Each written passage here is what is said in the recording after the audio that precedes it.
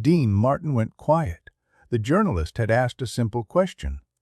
About Princess Diana. About what she was like when they met in 1985. Dean was looking at something across the room. Not answering. The silence stretched. 10 seconds. 20. Then Dean spoke. He said, "I'm going to tell you something I've never said publicly." What followed was not a celebrity anecdote. Not a charming story about meeting royalty. What followed was a secret, kept for 9 years, about the most famous woman in the world, about what she told Dean Martin in private, about what she knew, what she predicted, what she feared. What Dean revealed that afternoon in 1994 would be kept secret 1 more year, until after his death, because some truths are too important to be about the person telling them. Dean Martin in late 1994 was 77 years old. He was not giving many interviews. He was not going out much. The energy that had powered 3 decades of shows and movies and recordings had gone quiet. He was at home in Beverly Hills most days, thinking, remembering, deciding what mattered. He knew his time was limited. He did not say it directly, but the people around him could see it. The journalist he had called understood it when he got the invitation. Dean Martin did not reach out to journalists in 1994. When he did, it meant something. The interview was supposed to be a career retrospective. An hour, maybe 90 minutes, going through the decades, the Rat Pack, the movies, the television show, the songs. Standard material for a man with a life like Dean's. Princess Diana in 1985 had been 24 years old. Married to Charles for 4 years. Mother of William and Harry. The most photographed woman on the planet. The world called her a fairy tale. A princess out of a storybook. The world was looking at the surface. In September of 1985, Diana made an official visit to the United States. There were galas, charity events, performances, official dinners with dignitaries, the full machinery of a royal visit. Every event documented. Every handshake photographed. Every expression analyzed in the newspapers the following morning. One of those events was a private charity dinner in Los Angeles. Dean performed briefly at the event. After the performance, there was dinner. Dean and Diana were seated near each other at the same table. The security teams kept their perimeter. The cameras were outside. For a few hours, it was as private as anything in Diana's life ever got. For approximately 45 minutes, they talked privately. Just 2 people at a dinner table. Dean never mentioned this conversation publicly. Not once in 9 years. Not in any interview. Not to any friend who repeated it. He held it the way he held things that mattered. Completely. Until this afternoon in 1994. The journalist arrived at Dean's home at 2 in the afternoon. Dean was in good spirits. Relaxed in the way a person is relaxed when they have decided they do not need to perform anymore. When the performing is done, and what is left is just being whoever you actually are. They talked for the first hour about easy things, good memories, Sinatra stories. The ones Dean had told before and the ones he had not. How Frank could walk into a room angry about something that happened 3 days ago and the room would reorganize itself around his mood, without him saying a word. The invisible authority of a man who never had to announce himself. How Sammy could walk into a room and change the temperature of it just by arriving. The specific joy of him.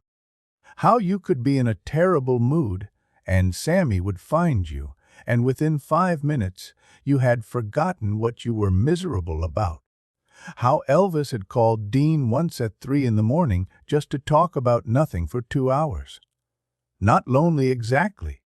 More like he needed to hear a voice that was not connected to anything he owed or anything that wanted something from him. Dean had let him talk, had listened, had said almost nothing, The journalist was comfortable. Dean was comfortable. The recorder was running. The afternoon light was coming through the windows at a low angle the way it does in Beverly Hills in late autumn. Then the journalist moved to the next question on his list. He was working through decades chronologically. The 80s. People Dean had encountered in the 80s, he said. You met Princess Diana in 85. What was she like? It was a standard question. The kind that had a standard answer. She was charming. She was beautiful.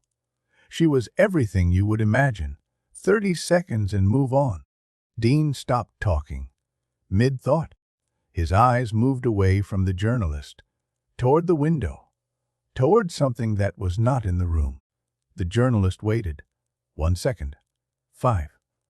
Something had shifted. The easy, comfortable rhythm of the conversation had stopped. This question had landed differently, had hit something that other questions had not reached. Dean was in 1985, at a dinner table in Los Angeles, with a 24-year-old woman who had scanned the room looking for someone safe and found Dean Martin sitting there with nothing to prove. The journalist could see Dean deciding something, whether to say it, whether to keep it buried the way he had kept it buried for 9 years. Dean looked back at the journalist. He said, "I'm going to tell you something I've never said publicly." Dean Martin had kept a secret about Princess Diana for 9 years. From their private conversation in 1985 until this afternoon in 1994, he had never spoken about what she told him, what she revealed, what she knew about her own life, her marriage, her future. But now, sitting in his home in Beverly Hills 1 year before his death, Dean was breaking his silence. What he was about to reveal would change how the world understood the most famous woman alive. We are building a channel about moments like this, when someone who kept a confidence decides the truth matters more. We are at 400 subscribers trying to reach 700. If stories like this matter to you, subscribe now. What Dean said in the next hour would leave a journalist speechless. Repeatedly, the journalist leaned forward. Dean raised one hand, a small gesture. "Wait," he said. "Before I say this, you need to understand something. This does not get published while I'm alive." The journalist started to reach for the recorder. Dean shook his head. He said, "No, keep it on. I want this on record. But it publishes after I'm gone, not before." The journalist asked why. Dean said, "Because if it comes out while I'm alive, it becomes about me. About Dean Martin revealing secrets about Princess Diana. I don't want that. What I'm going to tell you needs to be about her, about the truth of what she was going through, not about me telling it." The journalist agreed. He did not fully understand yet what he was agreeing to. He was about to. Dean settled back in his chair, looked at his hands for a moment, then looked up. He said, "Everyone thinks they knew Diana. They didn't. Everyone saw the princess, the fairy tale, the smile, the dresses. Nobody saw what I saw." The journalist asked, "What did you see?" Dean's answer would take 3 hours. Dean said, "When I met her at that dinner, she was the most isolated person I had ever encountered." He paused. He said, "And I've known Howard Hughes." The journalist's pen stopped moving. Dean said, "She was surrounded by security staff, cameras, handlers, millions of people worldwide who loved her, and she was completely alone. I saw it the moment she sat down. The way she scanned the room, not looking for cameras, not looking for familiar faces, looking for someone safe. Someone who was not going to use the conversation for something afterward." He said, "She found me. I think because I was old and not interested in anything from her. I was just there, eating my dinner, not performing, not positioning myself. Just there." he said. She sat down near me, and within 5 minutes she was talking to me like I was a person she had known for years. Not because she knew me. Because she was starving for that. For a conversation that did not have an agenda underneath it. Diana's exact words came back to Dean clearly. 9 years, and he remembered them exactly. He said, "She told me I cannot trust anyone. Everyone wants something. Everyone has an agenda. I don't know who my real friends are anymore. I don't know if I have real friends." Dean looked at the journalist. He said, "She was 24 years old when she said that to me. 24.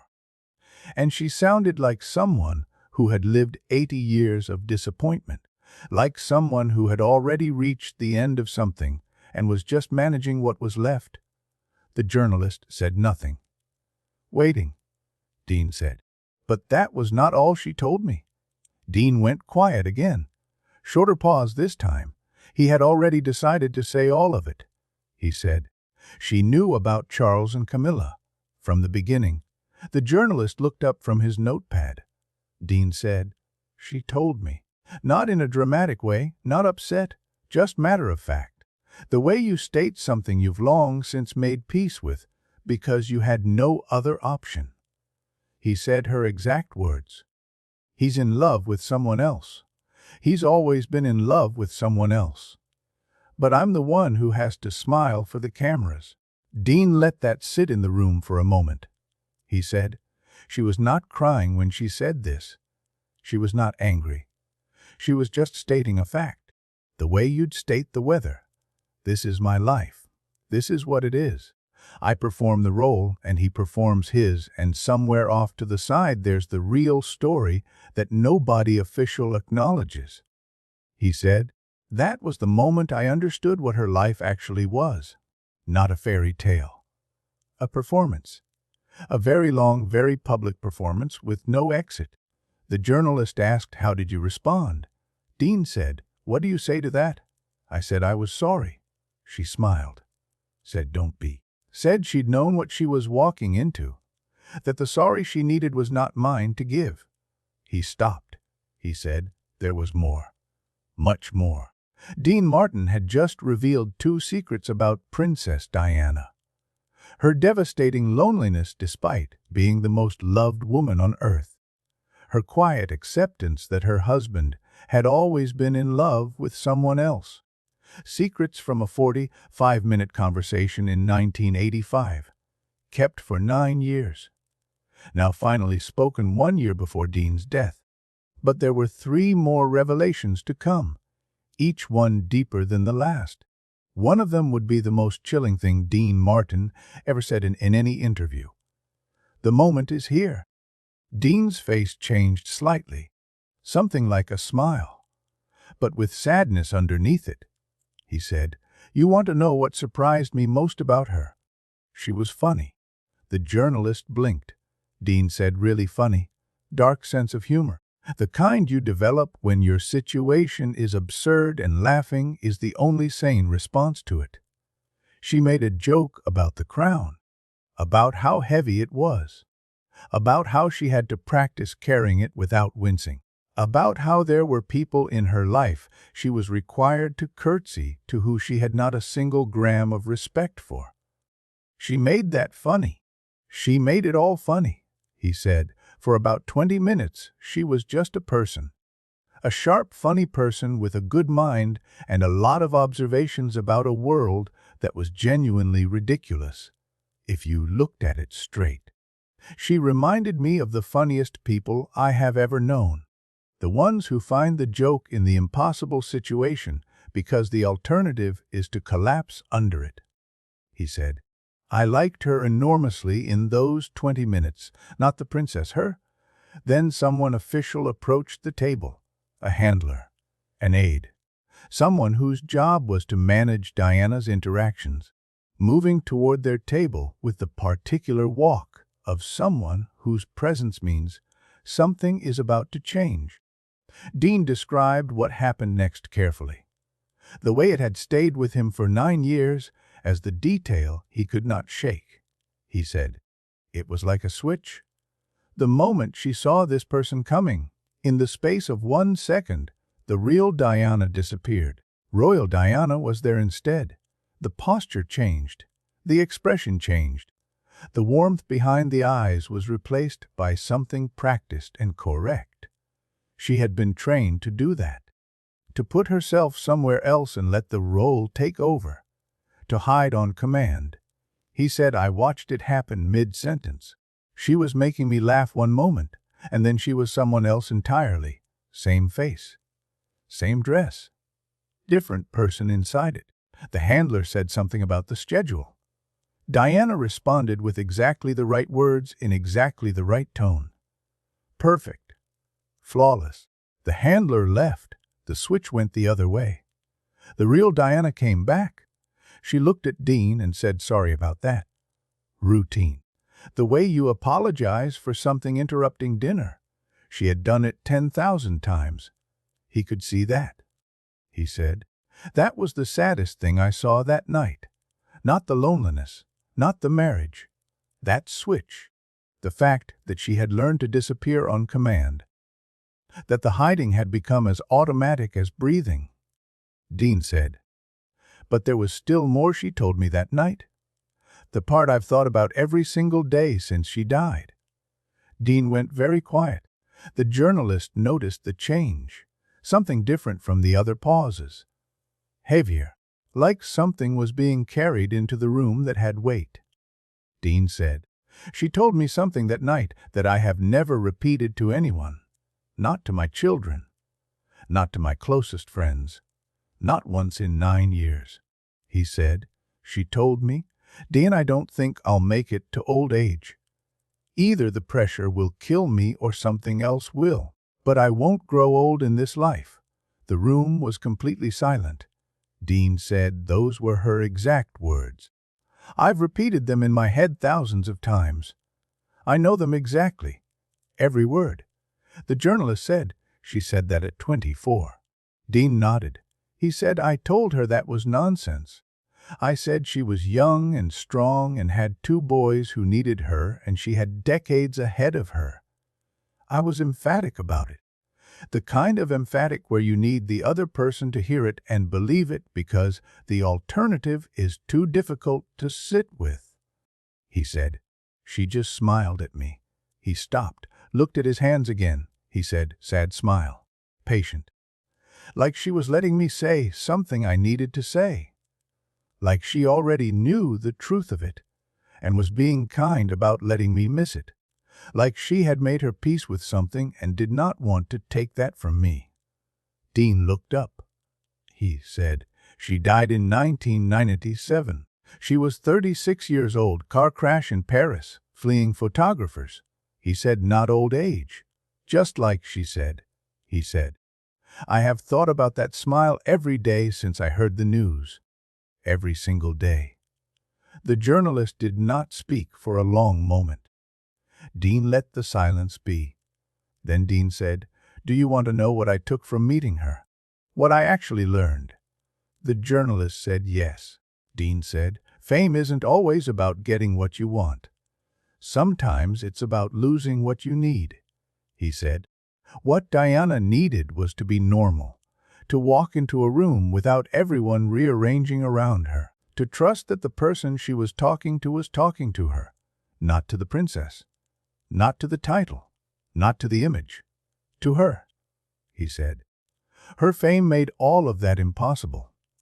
Every single day. The thing she needed most was the thing her life would never allow her to have." Dean said, "And at the end of that dinner, when things were wrapping up and the handlers were starting to move, and the evening was ending, she said something to me." He stopped. He said, she said, "Thank you for treating me like a human being."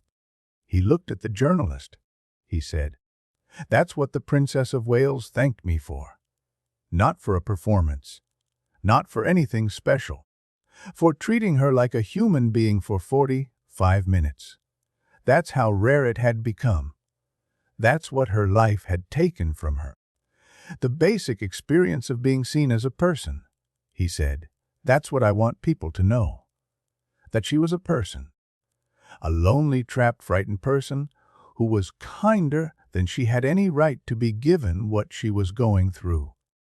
The journalist asked the question he had been holding since the first reveal. He said, "Why now? Why are you telling me this today? You've kept this for 9 years." Dean did not answer immediately. He looked at the afternoon light. It had moved lower. The room was different from when they had started. He said, "Because I'm old, and I'm not going to be here much longer. And some things need to be said before it's too late to say them. Before they go with you and nobody ever knows," he said. "And because she's not trapped the way she was. The marriage is over. She's separated now, trying to find something like a real life. And people still look at her and see the fairy tale, still think they understand what her story was. I want them to know what she told me, what she was carrying underneath all of it." The journalist said, "You could have said this years ago." Dean said, "No, I couldn't. Not while she was still inside it. Not while saying it could make her situation worse. She trusted me with those words. A stranger she sat next to for 45 minutes trusted me because I wasn't going to do anything with it. And for 9 years I kept that trust," he said.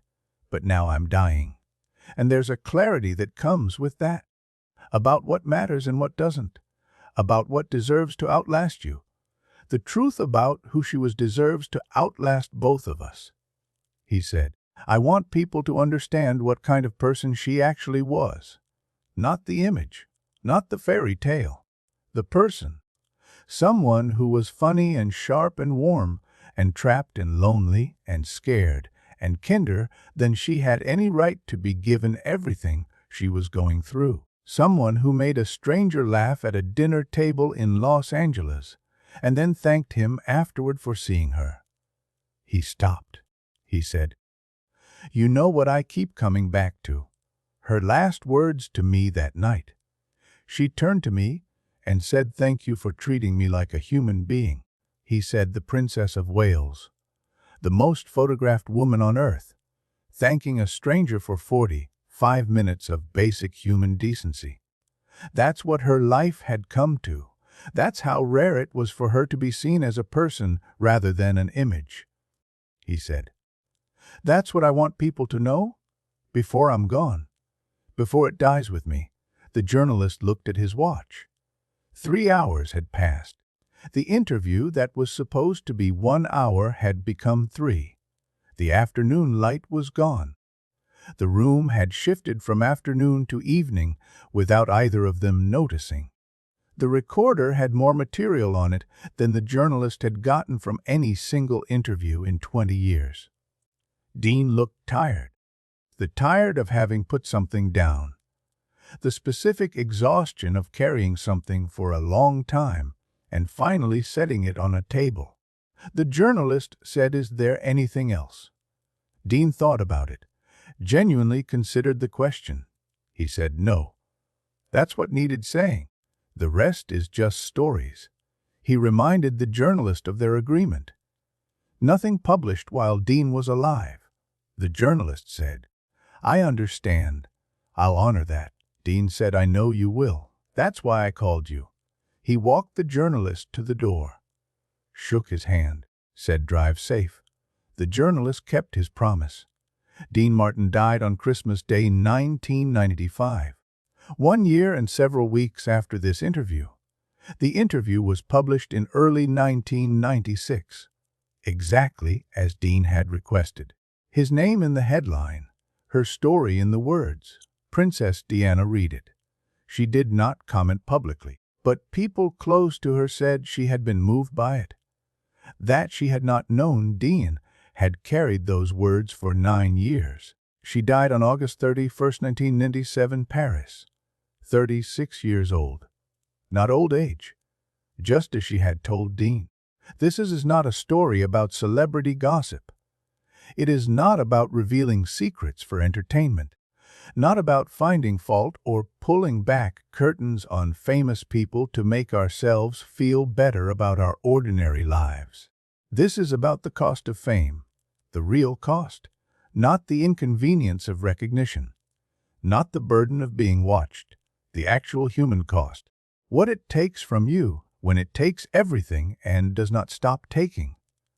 Princess Diana was the most photographed woman in the world, the most watched, the most admired. People built fairy tales around her. Whole industries existed to document her clothing choices and her smile, and where she went, and what her face looked like from different angles. And according to Dean Martin, she was more isolated than Howard Hughes. Howard Hughes, in his final years, was a man who lived alone in darkened rooms, refusing to see people. A man so cut off from ordinary human contact that those who knew him said he had ceased to be fully present in the world. That is what Dean compared her to. At 24, surrounded by adoration, that is the distance between the surface and the truth. Dean understood this from the inside. He had lived with fame for 40 years before he met Diana.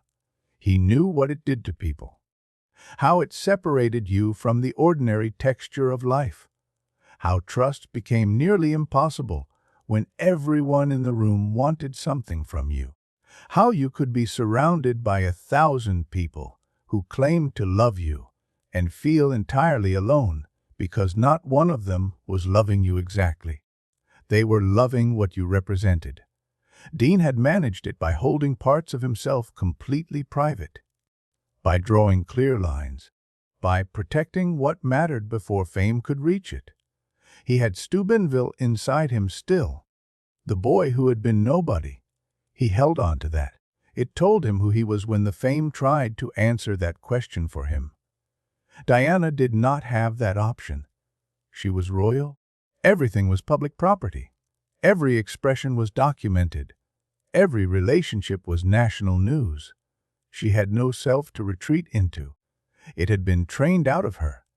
That switch Dean watched happen mid-sentence was not a social skill. It was the erasure of a person, practiced until it was automatic, until she could disappear inside herself on command in less than a second. She told Dean at 24 that she would not grow old. She was right. The detail Dean kept returning to was not the loneliness or the marriage or the prediction. It was the thank you. The Princess of Wales, the most famous woman alive, thanking a stranger for treating her like a human being for 45 minutes. Think about what that means, what it reveals about how rarely that basic thing happened to her. Dean was not special that night.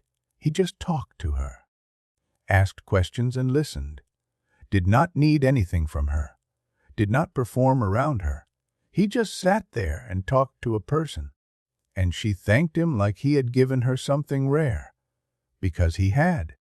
Dean kept her confidence for 9 years, spoke it only when he felt his time was short and the truth more important than the privacy.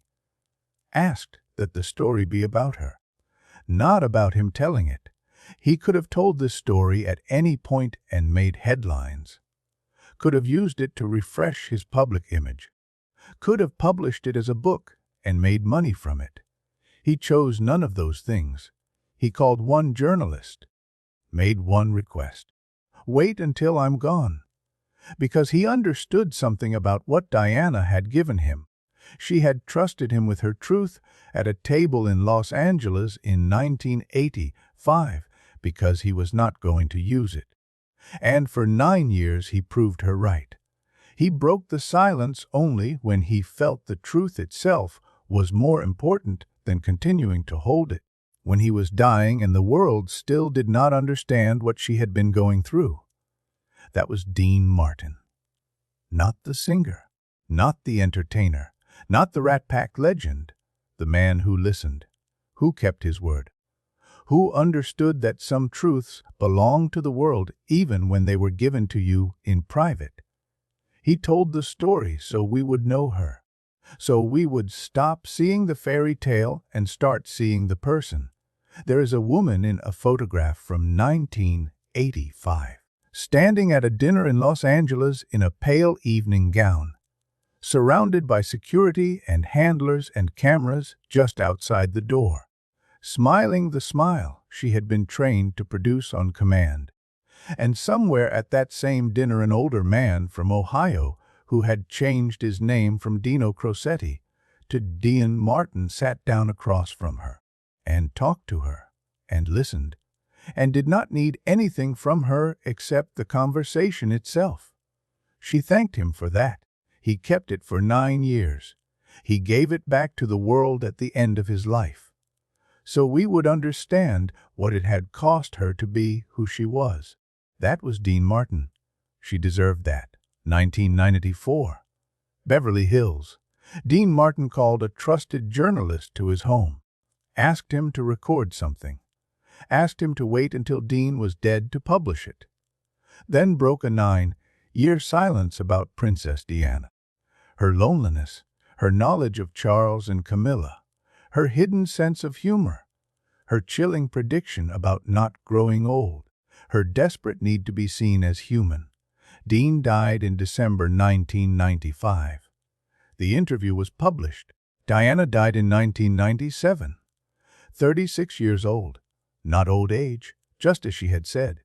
If you want more stories about Dean Martin, the secrets he kept, the truths he finally told, the quiet dignity of a man who spent his life protecting people, subscribe now. The playlist is waiting. Dean Martin revealed something about Princess Diana that had been secret for 9 years. Her loneliness, her knowledge, her humor, her prediction, her need to be seen as human. He revealed it 1 year before he died, asked for it to be published after his death, so it would be about her truth, not about him. The journalist kept his word. Diana died the following year, 36 years old. Paris. Just as she had told Dean it would end. What Dean wanted was simple. He wanted the world to know she was not a fairy tale. She was a person.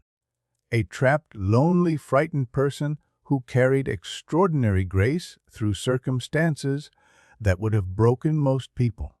He wanted us to know that the most famous woman in the world thanked a stranger for treating her like a human being. He wanted us to understand what that meant. He spent 9 years keeping her confidence, spent his last interview making sure her truth was heard. That was Dean Martin. Not the singer, not the entertainer, not the Rat Pack legend. The man who listened, who kept his word, who decided at the end that some truths are too important to die with you. He told the story so we would know her, so we would understand what it cost her, so we would stop mistaking the fairy tale for the person.